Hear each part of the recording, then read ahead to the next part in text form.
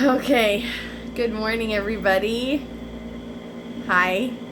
I'm gonna finish my face and stuff while I'm doing this. So, this is my first video. Okay, a lot of my things are gonna come from this. This is the church that I go to. It's a teaching center. He's always talked about it as a school, as a place of study and learning. We definitely do. If you go to this place for a few months in a row, your life will definitely be positively impacted. I mean, and it not just in a light way, but very heavy, because there's a lot of knowledge here. There's a lot of experience and seasoning that you're going to be getting through this. So, here we go. Okay? Freedom from fear. Now, let me tell you my experience with freedom from fear, because I have grown up in my life in a very, very religious church. And at the time that I went into that church, and I grew up in that church, there was a lot of cliques. There was a lot of people that were to themselves. There was a lot of people that did not show my family, with the exception of my brother, because he's an amazing drummer. But my mom and myself were definitely kind of treated, no, not kind of, but treated very badly, to the point where I had a great disdain for going to church at all. I left the church at a young age, especially after the birth of my oldest daughter, and I left the church because of how badly I was treated, being a young single mother, and people didn't know the circumstances of that. And with the experience that I had in there, it created a lot of fear and insecurity in myself. And so even up until recently, and I still kind of believe this, because the majority of the churches still conduct themselves this way, and the people of the church, I should say, because unfortunately there's a lot of nice pastors, good-hearted pastors too, that are involved with the church, that some of the people, or most of the people, maybe still doing the clique thing. Churches should not have cliques, okay? Churches should be family. When you have a family get-together, you don't sit there and say, okay, well, I'm only going to talk to my brother, and everybody else can just kind of shove off, You don't say, oh, well, I'm only going to talk to my sister because we're so close, and you don't go to the house and not see the rest of the family. When you have a family get-together, everybody's welcome, everybody's showing love to each other equally, not one showing favor to the other and everything like that. That's how churches should be. To not grow in a church like that. Experience I had was extremely horrible. It caused me to leave the church for quite some time. So that initial experience, especially in a place that I grew up in, I was born and raised in that church. My whole family, went there for so long. And so when you experience that your whole life, you get to the point where you're like, I'm really sick of this. And you walk away and you don't want to look back. So doing that though, having that experience without having a godly guidance, there is not one godly person in my entire life, from that age up into adulthood, that took their arms around me and said, you know what, I'm going to show you the godly way. I'm going to show you what God's love is like. I'm going to show you what godly example is like. I'm going to show you, just the unconditional love of God. That's our jobs as Christians. Our jobs as Christians is not to point fingers, judge, be critical. It's not, because God does not judge us. God does not love us that way. That is not the love of God. God himself does not sit there over your shoulder and say, you're doing this wrong, you're messing this up, you're doing this and you're doing that, and da-da-da. No. What does he say? Okay, repent. If you're doing it that bad, he'll come and say, hey, you're really, really walking off the deep end here, and cause you to turn around. He's done that for me numerous occasions. And that's what we're supposed to do, but with love, not judgment and criticism and acting like we're better than everybody else. You know, I had the whole lifetime of that. So, anyways, I'm going to finish my makeup too while in this. So, I'm going to fix my headband because my hair is like, I don't want makeup in my hair. So, anyways, let me show you the beginning of this, because there's going to be a couple teachings. Like I said, Leslie Hill Teaching Center. If you guys want notes, look, for this is where you get them. You call that number. That's the mailing address. If you want to send them anything, if you're getting ministered through this, send them something. That's the address. That's my church. Send them something, say, if you're blessed by what I give you on this, then, let them know and tell them that's why you're sending that in there. Because, that's not for me, that's for them, because they're my church, that's my place. And, if you want to send something to me, I can put, I have Cash App links and I have Chime links, so I can put that in the thing. So, I don't know, some people like to feel generous and stuff. And, if you do get fed, then you're supposed to give to that person that feeds you. Offering goes to the secondary or the same. So it's always tithe to the primary provider. Like, your church should always get the tithe first. Offering can go wherever,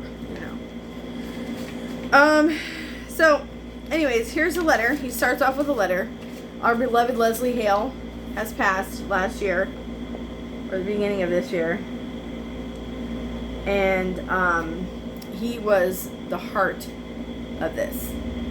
God got into his heart and walked with him. He walked with God, and he was inspiration for all of this stuff. So, his letter, okay, it says, "Dear friend, this letter is sent lovingly to you to assure you that God can deliver you from that ugly monster called fear. The Bible tells us that fear has torment. 1 John 4:18. How true that is. Whether the fear is real or imagined, the torment is just horrible. See, my fear came from the negative treatment that I received from the church that I grew up in. And it had such a negative impact on me. I stayed away from church for years. I would only go seek prophets to hear from God, because at that time when I walked away, I was not in a good place, and I was having difficulty hearing from God too. And I was having difficulty deciphering what was God's direction and what was my decision and my choice. So I was tormented for many years because of that, because I didn't know, what to follow. And if you don't have godly guidance, loving godly guidance, true godly guidance, you're going to end up where you're not really going to go anywhere with God. You're kind of just going to sit and get stagnant. You're going to become stale. You're going to become lukewarm. And that's not where any of us wants to be. So the torment is horrible. It is horrible. I can testify to that. I went through so much torment about when I would have these thoughts, and I would say to myself, I don't know if I should do that. It was God's always had his voice in my ear telling me go this way, but I didn't know that it was God. I didn't have any guidance to tell me, oh, that's the voice of God. If it comes, it's this way and that way, and you feel like this and stuff, you should follow that feeling, because that's a godly feeling. I do now, and I'm so grateful for her. I love Ruth Ann Hale. She's become one of my best friends. There is deliverance from that, though. It took me so many years. So many years. Because that kind of initial rejection spiraled through my whole entire life. Because I didn't know what to look for. And what I thought I had the foundation to look for from the church completely rejected me and my mom. I even saw how badly they treated my mom. And it was traumatizing to me. You know, a church should not traumatize the people who go there. That's not a good thing. It's not a good thing. And God has dealt with that. So, his advice here, it says the very first thing to do is to make up your mind. Let me read this and then I'm going to go back, okay? Very first thing to do is to make up your mind that you're going to live in such a way that you're not going to be dominated by fear. Just make up your mind that through Christ, you're going to conquer this thing, and know for sure that with God's help, you will win this battle. Here's the problem, though. If you had any situation like me, whatsoever, okay? The problem is, you don't know how to make up your mind because you don't know what's from God. You don't have the foundation of somebody experienced in seasons coming to you and saying, okay, that's the voice of God. You should recognize that as the voice of God. That's something he would tell you to do. I know because that's how he led me. You know, what you're feeling is how he's trying to lead you. This is how he led me, and so do that. You know, I'm getting that right now, which is so needed. I love her to death. Anyways, so you get to that point where you're like that your whole life. You don't believe that you can change you. I did not believe that I could change me for quite some time. You know, there was so long, you know, that I actually grew up and got to the point where I felt like I couldn't even trust God for the things that I need. There was times where I was so hurt by my circumstances. I told God, I said, God, I don't trust you to provide for me. I don't trust that you're going to come through for me. I have not had the experience of you just supernaturally telling somebody to give me money or supernaturally having somebody do a service for me that, you know, gives me what I need and that supplies me with surety and everything. So this first part of it is something that God told me. It's very profound, okay? I'm going to tell you something that will blow your mind. Okay, this is what it is. God, I have to plug in one of my phones. God changed the heart of Pharaoh. That is biblical. Let me tell you what biblical part it came from. Exodus 7:3. I actually have a whole slew of scriptures where it says God changed the heart of Pharaoh. Okay? There's about, let me see. 1, 2, 3, 4, 5, 6. There are 6 scriptures in Exodus that specifically said God turned the heart of Pharaoh. Can you imagine that? I mean, think about the extent of that really quick. Sorry, I dropped my notebook. But think about that, the extent of that real quick. And I forgot I'm going to be finishing this because I am going to go out and I don't want to go out like barefaced. So, let's think about that for a second. You know, God's people were in bondage. You know, there was a point in time where they just became in bondage. And they have been going in and out of bondage for hundreds and hundreds of years. Because generations of them would be with God and for God. And they believe God and follow God. I guess, you know, and then the next generation would forget about what their parents went through and what happened with them. And things that they were keeping up and everything and why. You know, it's like they would forget. It's like they would forget the purpose of following God and what it was for and remembering everything that God has done for them. So, I'm sure that's why they ended up back in bondage in the first place, though. Because the whole generation of Israel, the whole genealogy of Israel has hundreds and hundreds of years of history of one point them following God and listening to what he said and being obedient, and another point them going back on what they said about following God and wanting to listen to him. So they ended up in bondage. Okay, and so the whole chapter of Exodus about them leaving That's what Exodus is, the exit from Egypt. The whole thing of it was how God showed his signs and wonders. Everybody knows the stories about the 10 plagues of Egypt. Okay, well, God planned that. He controlled both aspects. Okay, he controlled the heads and the tails of the coin. Okay, he controlled when the tails would show and when the heads would show. Of course, he's the head. And then he would go in there and turn the heart of Pharaoh for the purpose of showing his power to Israel, so that they would have record of what he did. And of course they do. They've kept record of it, and they've talked about it for generations to come after that. So if you look in there are several scriptures, and I'm going to tell you exactly which scriptures they are. Okay, and it's all in Exodus, starting with the very first one is Exodus 7:3. Okay, that's when God was telling Moses to go into Egypt in the first place and tell Pharaoh to let his people go. That was the initial entrance into Egypt. Then he told Moses, but Pharaoh is going to turn you away. I will harden his heart. Okay? Because it says here, 7:3, yet I will harden Pharaoh's heart. He was warning Moses what was going to happen because he wanted to show his power. He wanted to be the knight in shining armor for them. The rescuer. That's what he wants to be for us, the rescuer. Okay? And he definitely can use his power to rescue you from fear.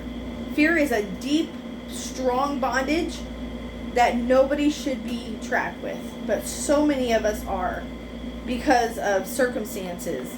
And as I was getting older, I began to realize that though I knew God and could hear from God, and I could hear him speak to me, and I could hear him, feel him tug at my heart, I didn't have the kind of relationship with God I thought I did. I really didn't. Like, I thought that I was so close to God just because I did have the gift of prophecy. I've always had the gift of prophecy. And I'm not saying that to be boastful. It's a very serious responsibility. And you have to be extremely careful with who and how you speak.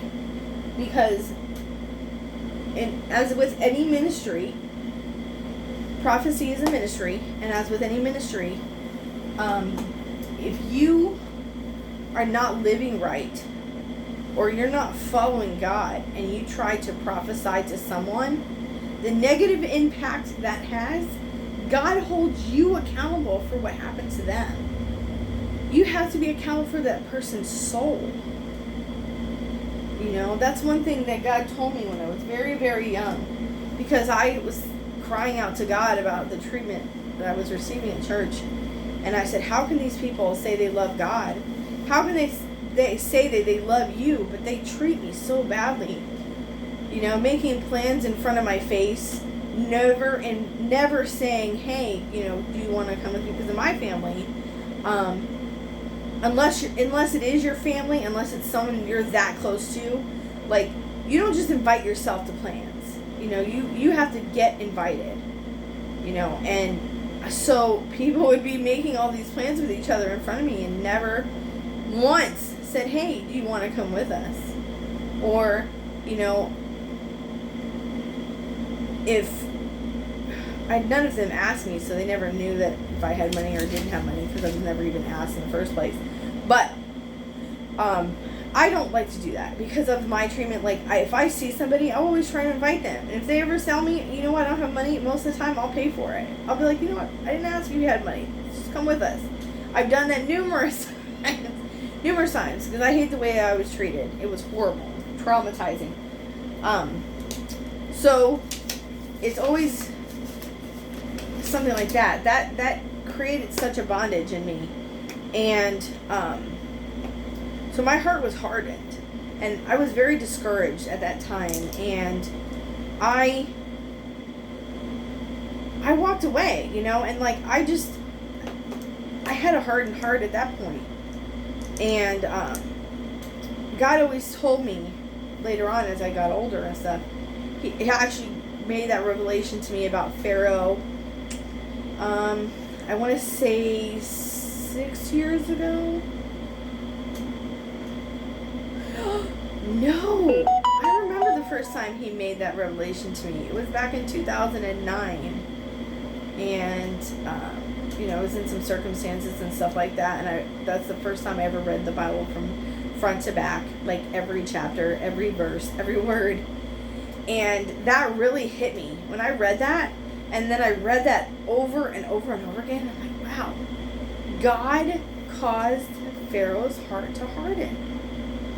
He wanted to show himself true and faithful. He wanted to show himself as the Almighty God to Israel. He wanted to express himself for them in that way. And I sat there and I just dwelled on that thought for a minute. And I was like, wow, that is so incredible. But because of how everything happened to me in my life, and not having the guidance and stuff like that, I was accepted by the world very easily. I was, Miss Popular in school. I always had boys pay attention to me, and I don't think that, I'm not saying that I think that I'm all that. I don't think that I do. I don't see, I've been called hot a few times, and I just don't see it. I don't feel that way. I think I'm cute, maybe I agree. I don't think I'm ugly, and everything like that. So I always say, okay, I think I'm cute, I'll agree with that, but I just don't see myself as somebody that's hot or anything like that. So it's like, it was just interesting to me, how I got that attention. I got that attention a lot, and a lot of times, girls, it would cause problems with girls in high school and stuff like that, and I just thought it was funny. I just thought it was funny how much negative attention I got from, being the one to get all that kind of attention. I was very comfortable around people, so I had a lot of guy friends and everything like that as I was growing up, just because I never treated them, I never acted lustily to them or anything like that. It wasn't so I was just one of the guys to them, and of course the girls hated that. Girls hate when other girls can be around their boyfriend like that, and just their boyfriends are so comfortable that don't feel like they're around a drama. They don't feel like they're causing problems and stuff like that. A lot of times the guys would come and talk to me about the relationships with their girlfriends, and oh my god, the girls hated that. The girls hated that. And it's like, as I got older, I started to realize why they hated that, because then when I got in my first serious relationship, I was like, wow, I wouldn't want my boyfriend to go talk to some girl about me either, because then that's going to make her feel like, that might make her feel like he's available to her. And a lot of times I've seen where guys end up cheating on their girlfriends because it's of that very thing. He would go confide in her about how his girlfriend's cheating him or treating him or whatever, and then they would end up cheating on each other, which I never agreed with cheating in never in my life. Never once, ever, in my entire life, have I ever cheated on any relationship I've had. Never once. I never believed in that.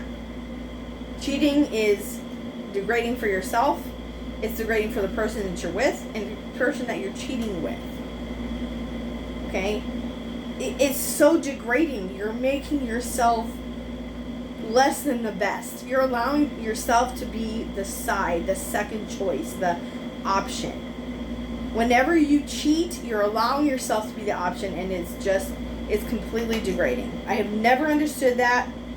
That's something I never agreed with, never comprehended, how girls can be okay with allowing themselves to be like the second best.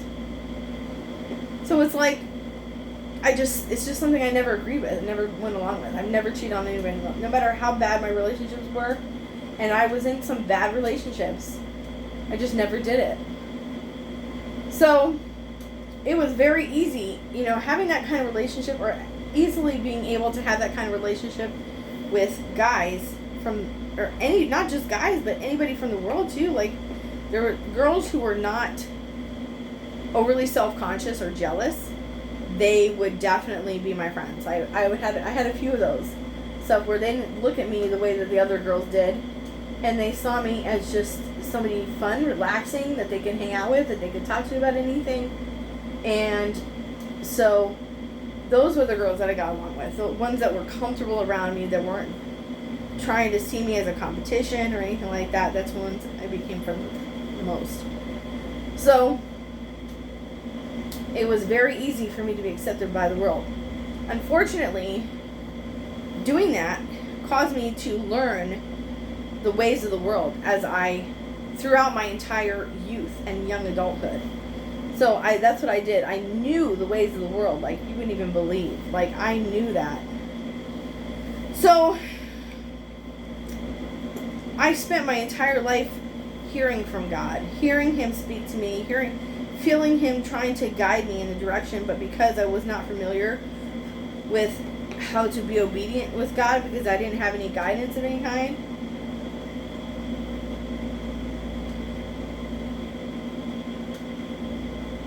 sometimes I used to do a 3-layer look. Part of my CoverGirl palette is broken, but this is the Dreamland True Naked. It is like a purple tone palette, and it so has a very light purple, a medium purple, like a shimmery bronzish purple kind of look, and then a dark purple. So I do the dark purple outside.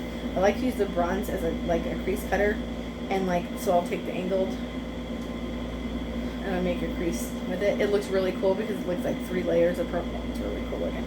Anyway, so I'm talking about the stuff from the Bible.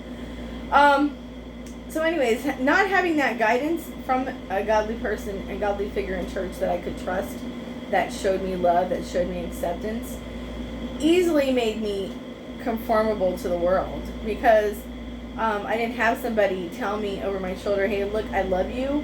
This is not the way you should go. You should go this way and not this way. I kind of just had to wing it, figure it out on my own, which left me very vulnerable. And I've been through a lot of abusive relationships because of that. I've been through a lot of, betrayal, backstabbing. I've had friends that were friends with me in kindergarten completely turned their back on me because of a relationship that I got into, basically over a man and stuff. And that's not something like that hurt. That hurt because I knew the person longer. I was friends with that person for a long time, and so for them to turn their back on me for somebody else that they knew less in a less period of time, that was hurt. I went through a lot of that. Through female friends, male friends, and stuff like that. There's a lot of that in the world. That's all over the place. So, if you ever feel down about that, look, everybody has that experience. And that's something that it just happens. Because that's the world, and that's what they know. They just know how to be hurtful like that. That's all they know how to do.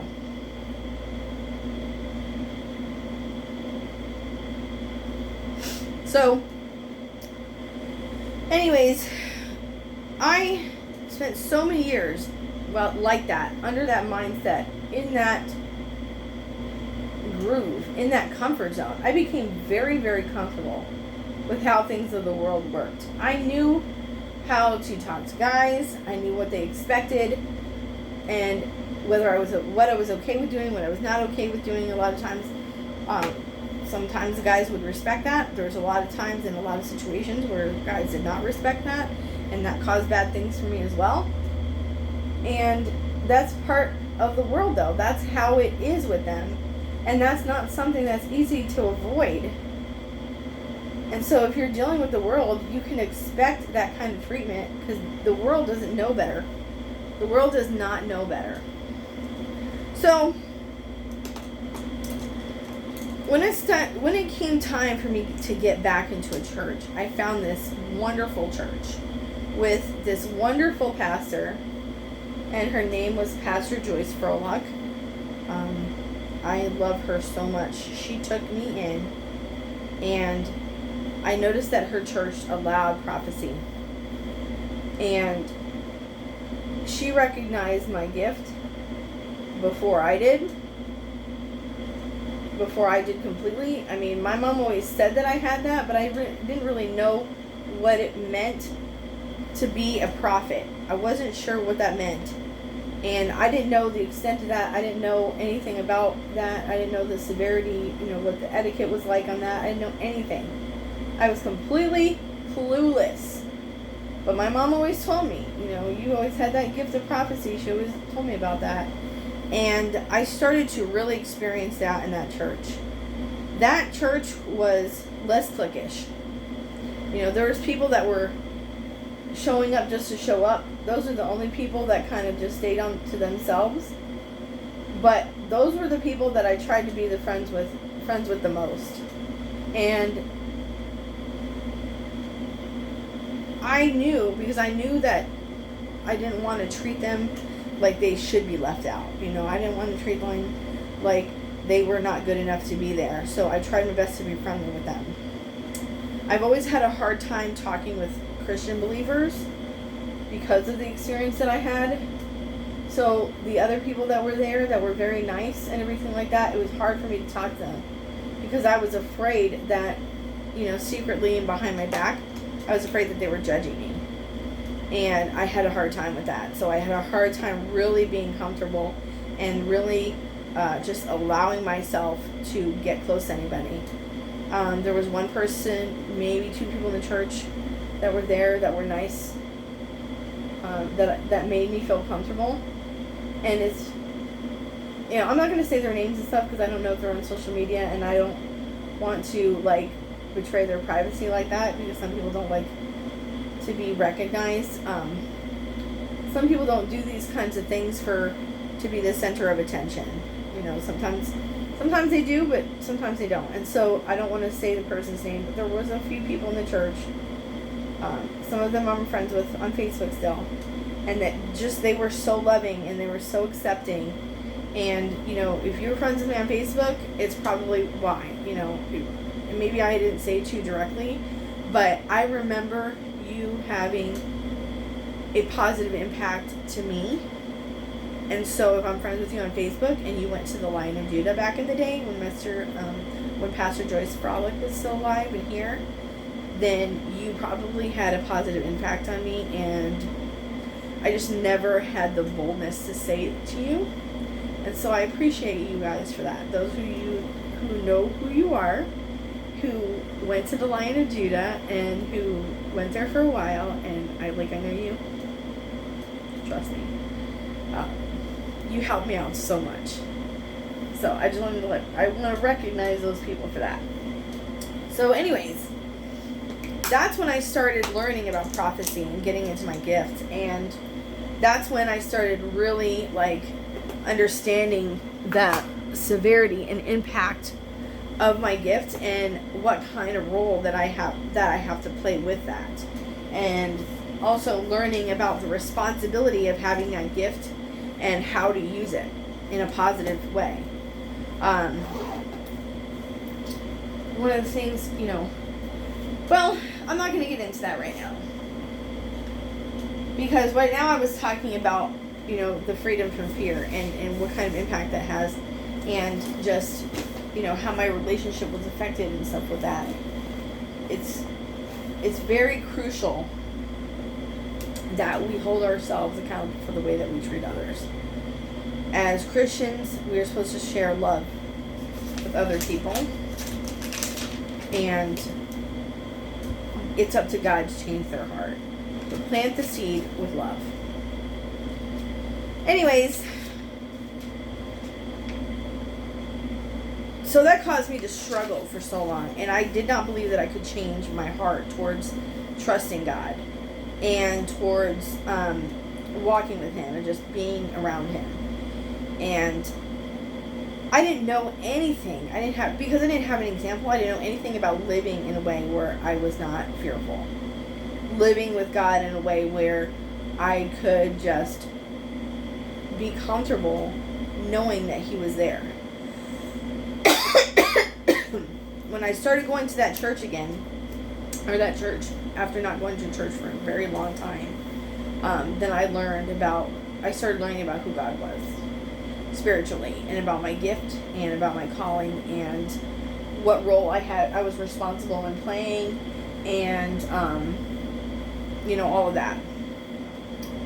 So, but I still did not believe that God could supernaturally provide for me. I knew who God was, and I did talk to him. Even though I was away from church, I talked to him all the time. I talked to him just like I'm talking to you guys right now. And I never got on my hands. I was never one to get on my hands and knees and fold my hands in prayer and just be on my knees for hours. I've never been that way. I've always been the way to just sit and talk to God right now. Like, if I shut all these phones off and I just have a conversation with God, it will be exactly like that. That I'm just sitting and talking to him. So, even though I had that kind of relationship with God,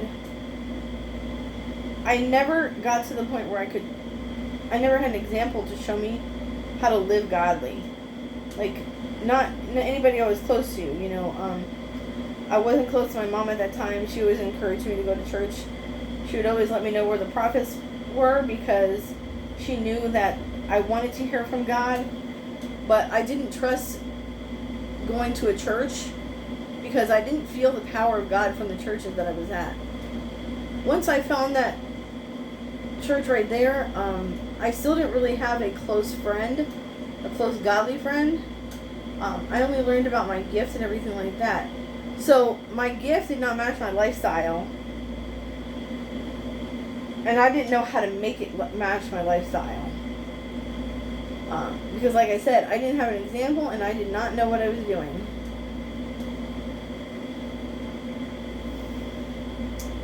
So, anytime that I heard about God providing for someone, God doing supernatural things for someone, I was like, that's great for them, but that's never going to happen for me. I always had that in my head. Oh, that's never going to happen for me. That's never going to be my side. That's never going to be, how it goes for me. So I struggled with bad habits. And some of you have addictions. I had addictions to certain bad habits. And, that's something that everybody at a time goes through struggle with. Unless you have a very exceptional life where you were raised in a place where you learn to trust God right away, because there's one man who raised his family that way, completely trusting in God, and his name is Leslie Hale, the founder of this church. That's why it's Leslie Hale Teaching Center. He was the founder of the church, and his entire life was based on him being obedient to God from when he was a very young age. And he had two parents backing him up that encouraged him to listen, to believe, and follow God. And especially when they started discovering the true God and who God truly was, it was definitely something that gave him a good firm foundation to where he could see how that was supposed to be.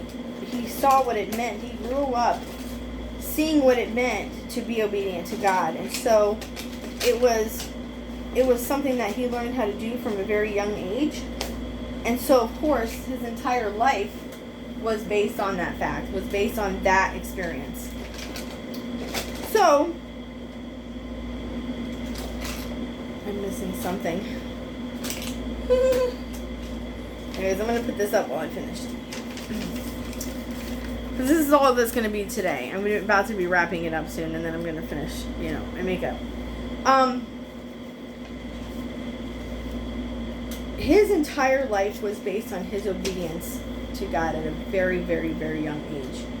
I mean, God got him right off the turnip truck. I said that, I misspoke with that, but you know how people say, oh, I didn't fall off the turnip truck yesterday, you know what I'm saying? That was like, God saw him getting off that turnip truck, and he was like, you know what? He grabbed him, and he said, I'm going to take care of you. And because he was so young and didn't really know any better at that age, he said okay, and he believed God. And from the moment at that time, for the rest of his life, he believed God for everything that God ever showed him. And so, you should definitely look into biography of that man, because he is such an amazing man, and he still has left ages and ages and teaching after teaching, decades of impactful teachings that are still causing lives to change. Even mine, from the church, first teaching that I haven't heard the whole time I was been at this church, was not this past Sunday, but the Sunday before, about the gates of Israel, gates of Jerusalem. I never heard that teaching before, but it's definitely something to look into.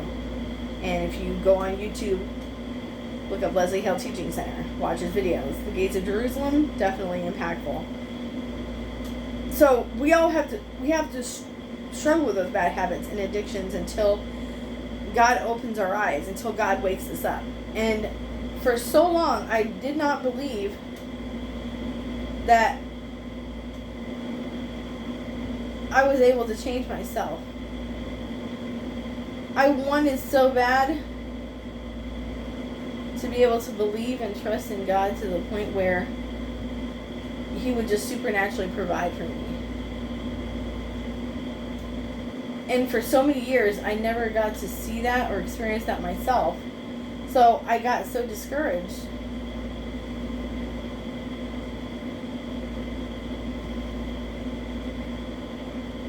I got discouraged because I didn't have an example of that, so I didn't have anything to hold on to. And I always told myself, every time I see that provision for somebody else, I always tell myself, that's for them, that's not for me, it's not going to happen to me. I believed that for so long. And every testimony I've heard from Leslie Hale about God's supernatural provision, deep down in my heart, I was longing for that. I was longing to know that type of experience with God. I was longing, and I desired to know that type of experience with God. But I didn't know how to change my heart to believe that it could happen for me. And so I went so many years hearing about it and desiring it, and just being discouraged because I didn't think it was going to happen for me. And then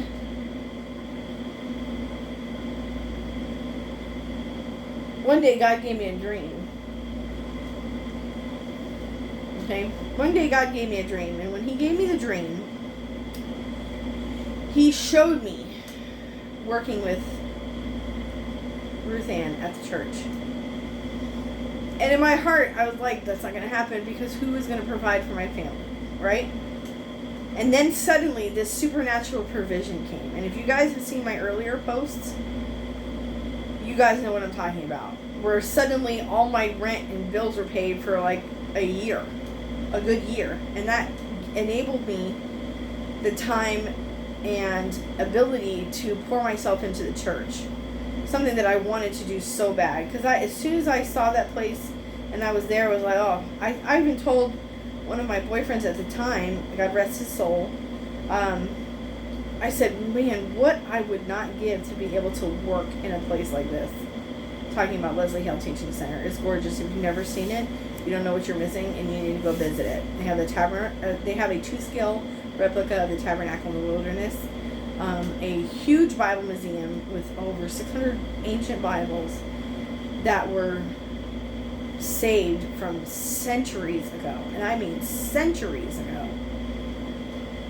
It's definitely breathtaking and worth taking a trip to Tarpon Springs on Rainville Road.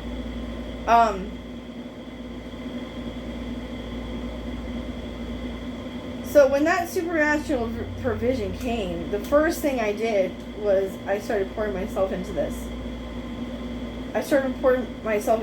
And that's when I started doing these videos and stuff back then.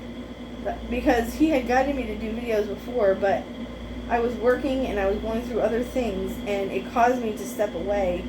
And because I was about to start these videos, I believe, is why what happened at that time. I mean, the devil came at me big time, and I have told that story before. If you haven't heard it and you want to hear it again, I will do another video about it. But my life was put on the line. It was a life or death situation, and of course, with that going on, I was not in the mindset to do these videos. so I didn't do them.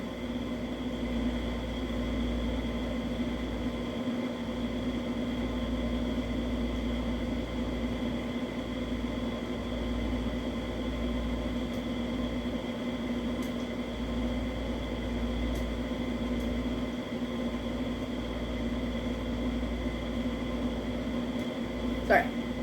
Anyways, just had to, you had to do the eyeliner. You gotta focus on the eyeliner. Pay attention to what you're doing. Anyways, so that pulled me away for a while, and going through all those experiences and having my life threatened like that, and just having my life being put on the line like that. My eyeliner wasn't even. It's not though.